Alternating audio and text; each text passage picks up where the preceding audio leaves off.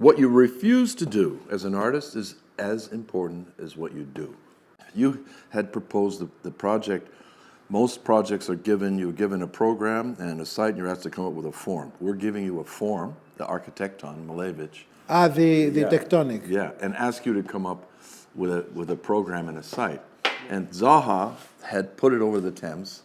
She had drawn in pink magic marker arches in the side of it.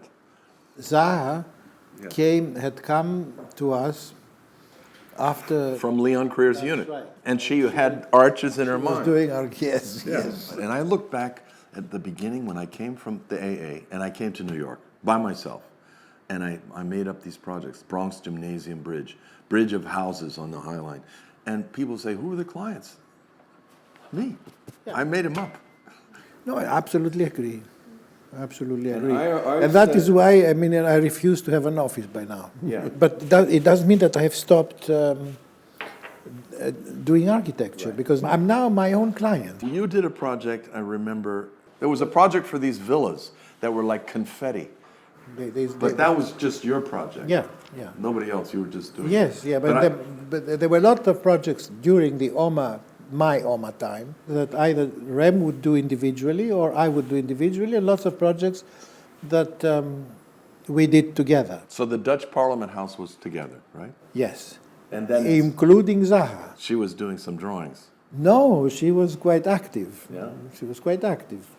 Tell us about your passion for drawing.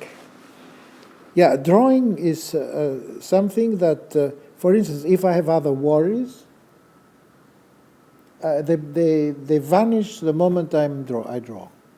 And it becomes a sort of automatic movement of the hand, or without thinking often. And that is really really immersing oneself into the craft of doing. That's a kind of it is a sort of drug. I always contend to my students that an idea that's driving a design is better arrived at when you have the brain connected directly to the hand, to try to find this idea that's driving the design. It's really not that cerebral. It is cerebral in terms of images. You have certain images in your head. Right. That whether you're given a commission or whether it's relevant or not, you want to see them done. And very often a program is forced into a form that I already want to have. Exactly. But what makes a form good or not good? A lot has to do, I think, with the way it enhances and contributes to the city. Mm-hmm. I think that architecture is really one of the pixels of the tissue of the city. And I think that the way that an architectural form is a contribution to the making of that city, to the making of the understanding and the character of a city, though the contribution that architecture can make is really, there lies the value of the form. But today, nobody teaches this. I agree with you entirely, 30 minutes. which makes me wonder about what a waste of time my education was, because it was all about form follows function. Yeah. I was It was ridiculous. totally. The Totally thing is, ridiculous. like we were, and I had a very bad time at school. I studied at the AA because I was deemed from the very start a formalist. Right.